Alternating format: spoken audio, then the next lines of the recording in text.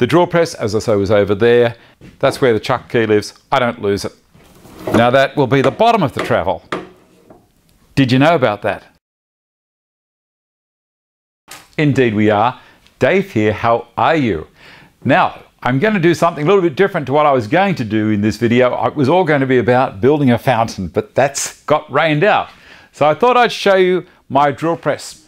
Now, I haven't really done much with this drill press apart from take it out of the bench that was mounted over there. You may have seen an earlier video where it was along my docking station and it was used solely for doing European hinges in cupboard doors. Well, it was a bit limited over there and I thought, you know what, I might like to use it for other things as well. So I've put it on this mobile base. Stick with me and I'll show you. Remember that these 3 mobile bases that I built, which are actually roll-around tool carts. Let me come to the other side. My 3 roll-around tool carts that I did in a previous episode, and there'll be a link in the description box below as to see how I made all of these if you want to make one. So originally this one was built for the bobbin sander and it stayed there. This one here was built for the 6-inch belt and 9-inch disc sander, which isn't really going to be used much anymore in my shop because I've got the jet linisher over there. I don't know if you can quite see it. I'll take a photo and you can have a look at that. It's going to pretty much do everything I want to do. I may end up getting another disc sander. We'll see what happens. So that's what was living on there before. The drill press, as I say, was over there. And this unit here had my CT330X, which was my benchtop thickness planer. Now that one is a slightly different higher height than these other 2 here because the thickness planer's outfeed table, I made it so that height gave the outfeed table perfect height for all of the tailing out to happen on the bench top here or on my table saw. So since I've done all that, I've built this new island bench assembly table, in-feed table, whatever you want to call it.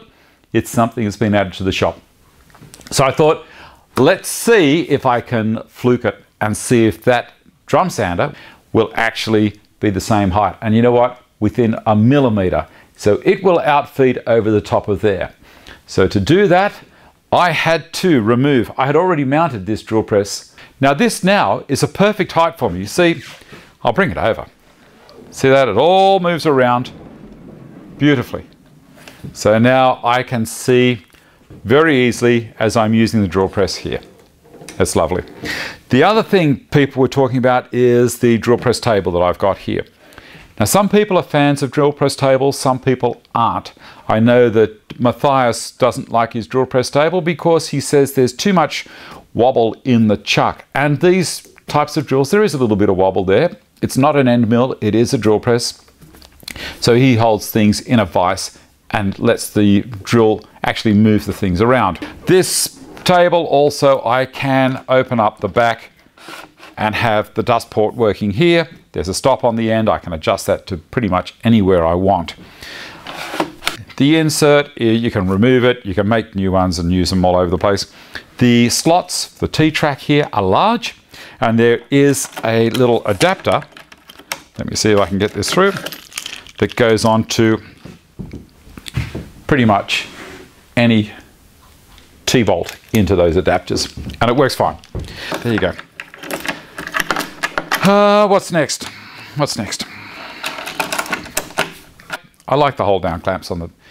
You'll notice up the top here I have the chuck key on a magnet. So the magnet lives up there. That's where the chuck key lives. I don't lose it. The inside the top here we've got the pulleys so I can change the speeds of the drill, and also in here is a micro switch, so whenever the cabinet is opened the drill can't work, so it shuts itself off.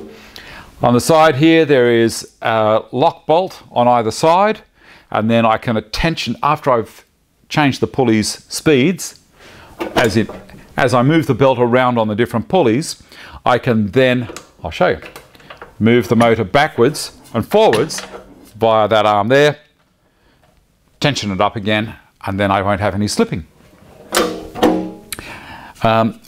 Pretty basic thing, but it's surprising how many people aren't aware that you can do that. What else we got? Oh, on the side here. Now this is an interesting little thing with the drill press. Most people realize that on this side you have a depth stop up here. So I can set the drill to stop in its travel there. But I don't know how many people are aware that on the other side you also have a depth stop on the spring. If you release that, you can move it one direction or the other. Now I'll swing it around there and tighten it, and now that's the top of the travel. If I release it and spin it round the other way, like so, now that will be the bottom of the travel. Did you know about that? If you've got one of these drill presses, that is a little trick. Rather than having to go back to this bad boy all the time and do it. So there's a little tip for you. Okay, now down in the bottom of the cabinet, we have one of my trademark tops. I get all my tops from Laminex Industries in Australia.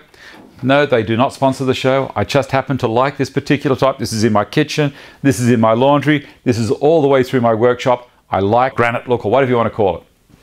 So down the bottom here, we have some drawers. Now before, these drawers used to have sandpaper and things like that in there. Now I have all of my drill bits and Forstners, hole saws, you know, just about everything to do with going into the chuck. Then down the bottom, I have the sharpener, I have a vise. This is a little drill press vise. I undo the wing nuts on the table, take that off, and I can just sit this on top if I want to, or I can bolt it down as well if I want. So this is for holding small steel sections. So if I'm doing some drilling in some 1-inch RHS, this is what I would use. I would not use this table. Then I also have a little invention of mine down here that you may have seen me use on other things. Now this invention of mine is, it locks onto the top of the quill around the top here, and then it has a section of hose, and also this is a manifold out of plywood that I built. Drill quill travels down through the inside here. This part here is the chamber for my dust extraction port to drop onto. Very, very, very effective. That's what it does. The drill press, sorry, the drill sharpener lives down there. All the big Forstner bits live down there because they can't fit in this drawer up the top. It is too narrow. Now the other thing with this, because this is bolted down onto the top, these bolts actually travel all the way through the top and through the top of the cabinet. The nut is on the underside. So I've cut all the bolts so that they're flush with the bottom of the nut, so that there's nothing catching. You'll see the link for the video down the bottom on how I built all the drawers for it. You may notice that I've allowed 20 millimeters from the side of the drawer to the top of the cabinets to be able to actually get the drawers onto these runners. These are an old-fashioned style of runner. And you can see,